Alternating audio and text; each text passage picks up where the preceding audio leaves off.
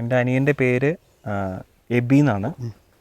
അവൻ ഡൗൺ സിൻഡ്രോമാണ് അവൻ്റെ അസുഖം. അതായത് അവൻ്റെ ബുദ്ധിക്ക് വളർച്ചയില്ല, ബ്രെയിനിന് വളർച്ചയില്ല എന്നുള്ളതാണ്. അപ്പം ചെറിയ കുട്ടികൾ, ഒരു വയസ്സ് 2 വയസ്സൊക്കെ ഉള്ള കുട്ടികൾ ഏത് രീതിയിൽ പെരുമാറുമോ ആ രീതിയിൽ തന്നെ ചിന്തിക്കാനും പെരുമാറാനും മാത്രമേ അവൻ അറിയത്തുള്ളൂ. അതുകൊണ്ട് സ്വന്തമായിട്ടൊരു തീരുമാനം 1-ാം ക്ലാസ്സിലെ ഒരു വയസ്സ് 2 വയസ്സുള്ള കുട്ടിക്ക് എടുക്കാൻ പറ്റാത്തതുപോലെ നമ്മളെല്ലാത്തിനും അവൻ്റെ കൂടെ ഉണ്ടാവണം.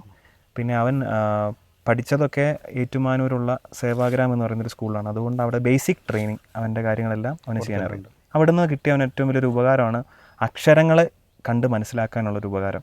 ഇപ്പോൾ എഴുതുന്ന അക്ഷരം കായാണെങ്കിൽ കായ എന്നും അങ്ങനെ ഓരോ അക്ഷരങ്ങളെ കണ്ട് മനസ്സിലാക്കാനുള്ള ഒരു കഴിവ് ആ സ്കൂളിൽ നിന്നുള്ള പഠനം മൂലമാണ് അവന് കിട്ടിയത്. പക്ഷേ ഇത് കൂട്ടി വായിക്കാനുള്ള കഴിവ് അവൻ്റെ ബ്രെയിനില്ല. അതുകൊണ്ട് ഓരോ അക്ഷരങ്ങളെ തിരിച്ചറിയാൻ പറ്റും. ഞാൻ സെമിനാരി പഠനത്തിൻ്റെ കാലത്തിലൂടെ കടന്നു പോകും. PG പഠിക്കുന്ന കാലത്താണ് കൊറോണ വരുന്നത്. ഇപ്പം കൊറോണ വന്നതോടുകൂടി ഇവനെ സ്പെഷ്യൽ സ്കൂളിൽ നിന്ന് മാറ്റി നമ്മൾ വീട്ടിലേക്ക് കൊണ്ടുവന്നു. വീട്ടിൽ താമസമായി. അപ്പം അവിടുത്തെ ടീച്ചേഴ്സൊക്കെ പറയുമായിരുന്നു ഇവനിങ്ങനെ എഴുതണം, അല്ലെങ്കിൽ ഈ ആകെ ബ്രെയിനിലുള്ള ഈ ലെറ്റേഴ്സ് കണ്ടുപിടിക്കാനുള്ള ആ കഴിവും കൂടെ ചിലപ്പോൾ നഷ്ടപ്പെട്ടു പോയേക്കാന്ന് പറഞ്ഞു. അങ്ങനെ എഴുതുന്നതിന് വേണ്ടി പല കാര്യങ്ങളൊക്കെ നമ്മൾ കൊടുക്കുമായിരുന്നു. പക്ഷേ പിന്നീട് എനിക്കൊന്ന് കുറേ കാലത്തിന് ശേഷമാണ് ഈ പത്രവും പരിപാടിയെല്ലാം നിന്നു, ഒന്നുമില്ല. ആ സമയത്ത് അവൻ്റെ ഒരു പിറന്നാളിൻ്റെ സമയത്ത് ഇവിടുന്ന് ഒരു സിസ്റ്റർ ഒരു സമ്മാനമായിട്ടൊരു ഡയറിയൊക്കെ കൊടുത്തു.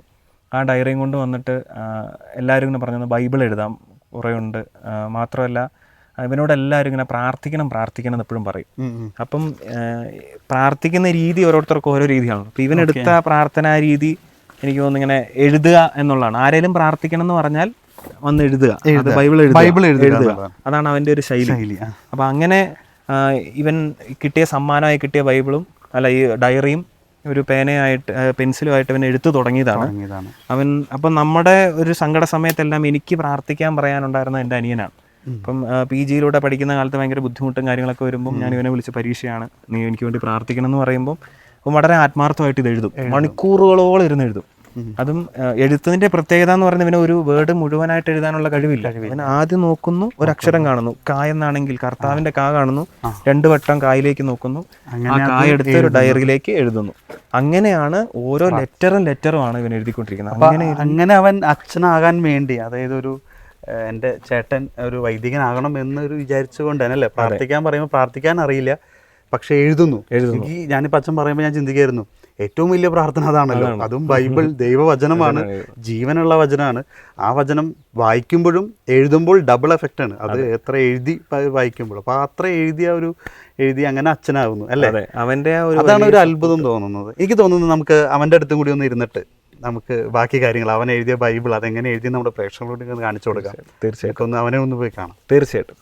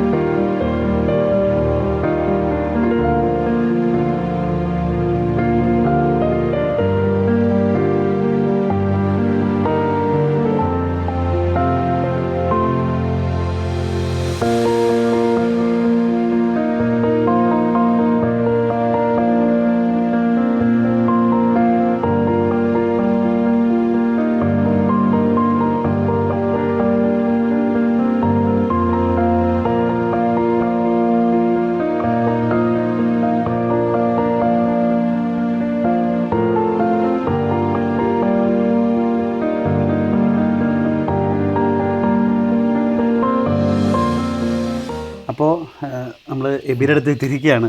അപ്പോൾ ഇതിലാണ് ഈ ഒരു അച്ഛൻ നേരത്തെ പറഞ്ഞിരുന്നു ഡയറിയും അല്ലേ, ഈ ഡയറികളിലാണ് എബി പുതിയ നിയമം മുഴുവൻ എഴുതി തീർത്തിരിക്കുന്നത്. ഇപ്പോൾ പഴയ നിയമം ആരംഭിച്ചു കഴിഞ്ഞു. ഈ 7 ഡയറികളാണ് ഇപ്പം അവൻ എഴുതി പൂർത്തിയാക്കിയിട്ടുള്ളത്. അതിൽ ആദ്യത്തെ ഡയറി ഇങ്ങനെ നമ്പർ ഇട്ട് വെച്ചിട്ടുണ്ട്, 1, 2 പറഞ്ഞ്.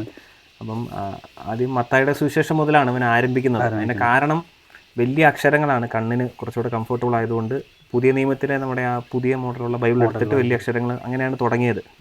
അങ്ങനെ ഓരോ അക്ഷരങ്ങൾ എഴുതുമെന്ന് പറഞ്ഞാൽ ആദ്യം ആ ബൈബിളിൽ നോക്കുന്നു, അതിനൊരക്ഷരം അവൻ നോക്കി അതെന്താണെന്ന് മനസ്സിലാക്കിയതിന് ശേഷം 1-2 വട്ടം ബൈബിളിൽ നോക്കും. അതിനുശേഷം അത് ഇങ്ങോട്ടേക്ക് പെൻസിലിലാണ് എഴുതുക. കാരണം പേനയിൽ എഴുതിയാൽ തെറ്റിപ്പോയാൽ അത് മായ്ക്കാൻ പറ്റില്ല എന്നുള്ളത് കൊണ്ടാണ് പെൻസിലിൽ എഴുതുന്നത്.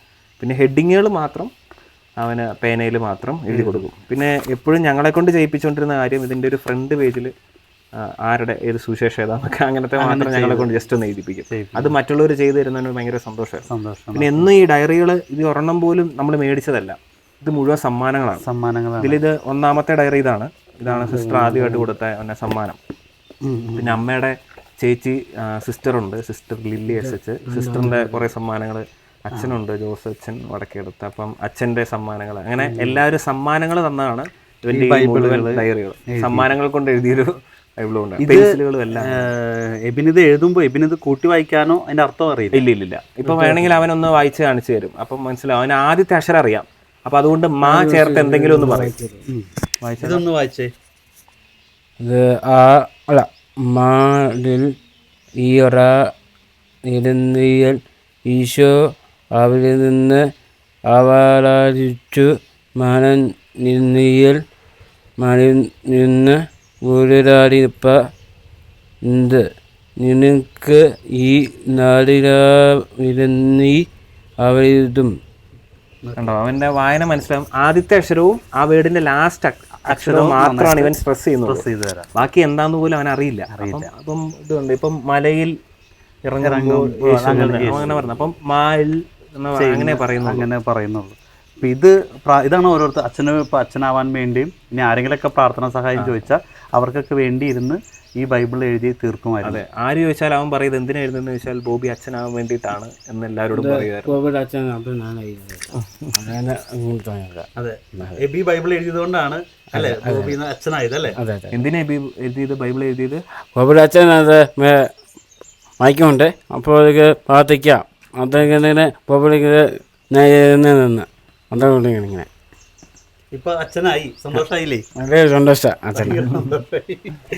തീർച്ചയായിട്ടും ഇത് വലിയൊരു ഭാഗ്യം കൂടിയാണ് അച്ഛൻ. കാരണം നമ്മൾ ഇതുവരെ ഞങ്ങളെ സംബന്ധിച്ചോളം ഇങ്ങനെ ഒരു സ്റ്റോറി കേട്ടപ്പോൾ ചേട്ടൻ അച്ഛനാവാൻ വേണ്ടി അനിയൻ, അതും കുറച്ച് ഇതുപോലെ ഒരു വെല്ലുവിളിയുള്ള അനിയൻ ബൈബിൾ എഴുതി പുതിയ നിയമം എഴുതി പൂർത്തിയാക്കുന്നത് കേട്ടപ്പോൾ ആദ്യം വിശ്വസിക്കാൻ പോലും സാധിച്ചിരുന്നില്ല ഞങ്ങൾക്ക്.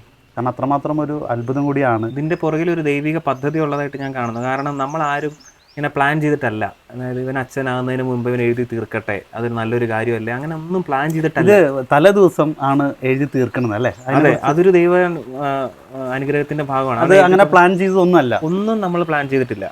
എഴുതി അവന് ഇഷ്ടമുള്ളപ്പോഴും നമ്മൾ ആരും അവനെ നിർബന്ധിക്കുന്നില്ല, ഇന്ന സമയത്ത് പോയി എഴുതിക്കണം അങ്ങനെ ഒന്നും പറയുന്നില്ല. അച്ഛനോട് ഉണ്ടായിരുന്നു, ഞാനുണ്ടായിരുന്നു.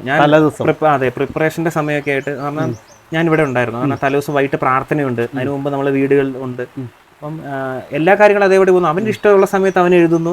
പക്ഷെ ദൈവാനുഗ്രഹ പ്രകാരം അവൻ പുതിയ നിയമത്തിന്റെ വെളിപാടിന്റെ പുസ്തകം അവസാനം വരെ എഴുതി തീർന്നത് ഈ തലേദിവസ പ്രാർത്ഥനയ്ക്ക്. ബന്ധുക്കളെല്ലാം വീട്ടിലുണ്ട്, എല്ലാവരും ഉണ്ട്. അവൻ്റെ ഇഷ്ടമുള്ള സമയത്ത് ഒന്ന് മാറി എല്ലാവരും ഒന്ന് പോയി. എല്ലാവരും നോക്കുമ്പോൾ അവൻ വെളിപാട് തീരാറായിട്ടുണ്ട്. പിന്നെ എല്ലാവരും നോക്കിയാൽ പ്രോത്സാഹിപ്പിച്ചു. അവനിരുന്ന് ലാസ്റ്റ് ലൈൻ എഴുതി ഫുൾ സ്റ്റോപ്പ് ഇടുന്ന സമയത്ത് എല്ലാവരും ഒരുമിച്ച് ഉണ്ടായിരുന്നു എന്നുള്ളത് ദൈവത്തിന്റെ വലിയൊരു, എല്ലാവർക്കും ഭയങ്കര സന്തോഷമായിരുന്നുണ്ടാവും ആ ഒരു നിമിഷം എന്നുള്ളത്.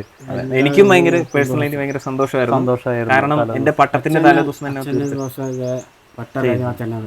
എബി ഇതേപോലെ വേറെ എന്തെങ്കിലും ചെയ്യുന്നുണ്ടോ? അതായത് ഇങ്ങനെ കണ്ടിന്യൂസ് ഇങ്ങനെ ചെയ്യാൻ പറ്റുന്നതാണോ? അല്ലെങ്കിൽ ഇതിപ്പോ ഒരു 5 വർഷത്തോളം എടുത്തു അല്ലേ? അതെ, 5 വർഷം കണ്ടിന്യൂസ് ഇരുന്ന് ബൈബിൾ എഴുതി എന്ന് പറയുന്നത് ശരി. അപ്പൊ എങ്ങനെയാണ് ആള് വർക്ക് ജോലികളൊക്കെ അങ്ങനെ ചെയ്യാൻ പറ്റുന്നത്? എന്ന് പറഞ്ഞാൽ ഇവന് ഇത് മാത്രമല്ല എന്ന് പറഞ്ഞാൽ ബൈബിള് മാത്രമാണ്, അങ്ങനെ ചിന്തിക്കരുത്. അവൻ്റെ മറ്റ് പരിപാടികളിൽ നിന്ന് ഇപ്പം നമ്മുടെ വീട്ടിൽ ആട് ഒക്കെ ഉണ്ട്. അപ്പോൾ അതിന് എന്തെങ്കിലും അവനൊരു സമയം ചിലവഴിക്കണമല്ലോ, അതിന് വേണ്ടി കൊടുത്തിരിക്കുന്നത്. അപ്പോൾ അവനൊരു ഓർഡർ ഉണ്ട്. ആദ്യം അതിന് ചൂടുവെള്ളം വെക്കണം, അതിന് ഭക്ഷണം കൊടുക്കണമെങ്കിൽ ചൂടുവെള്ളം വെക്കണം, പിന്നെ അതിന് ഉണ്ടാക്കണം. അത് നേരെ തിരിഞ്ഞു പോയാൽ അവന് വലിയ പ്രശ്നമാണ്. അപ്പോൾ അവൻ ആ ഓർഡറിൽ ആ കാര്യങ്ങൾ, അങ്ങനെ കുറേ കാര്യങ്ങൾ. അതിൻ്റെ ഇടയിലാണ് ഇവൻ്റെ ഇവൻ സിനിമ കാണുന്നുണ്ട്, പാട്ടുകൾ കേൾക്കുന്നുണ്ട്. പക്ഷേ അതിനിടയിലും അവൻ താല്പര്യപൂർവ്വം കണ്ടുപിടിക്കുന്ന സമയം എന്നുള്ളതാണ് ഇതിനകത്ത് ഏറ്റവും കൂടുതൽ പ്രത്യേകത. അത് ദൈവം അവന് കൊടുത്ത ഒരു അനുഗ്രഹമാണ്. കാരണം ഇത്രയും നേരം ഇങ്ങനെ ഇരുന്ന് എഴുതി തീർത്ത് നമുക്ക് എല്ലാം ഉള്ളവർക്കും എല്ലാം കാര്യങ്ങളും ചെയ്യാൻ സമയമുള്ളവർക്കും മറ്റ് എല്ലാ കഴിവും ദൈവം കൊടുത്തവർക്ക് പോലും ഒരുപക്ഷെ ബൈബിൾ വായിച്ചു തീർക്കാൻ പോലും പറ്റാത്തൊരു കാലഘട്ടമാണ് ഇന്നത്തത് നമുക്ക്. ആ സമയത്താണ് ഇതേപോലെ എഴുതുന്നതും പ്രാർത്ഥിക്കാൻ വേണ്ടി എഴുതുന്നതും എല്ലാം. അതെ, തീർച്ചയായിട്ടും. ഇനി സമയമില്ലല്ലോ എന്ന് പറഞ്ഞ പോലെ വിചാരിക്കുന്നവർക്കും ഒരു പ്രോത്സാഹനം ആകട്ടെ. പറ്റും, ദൈവത്തിൻ്റെ അനുഗ്രഹമാണ്.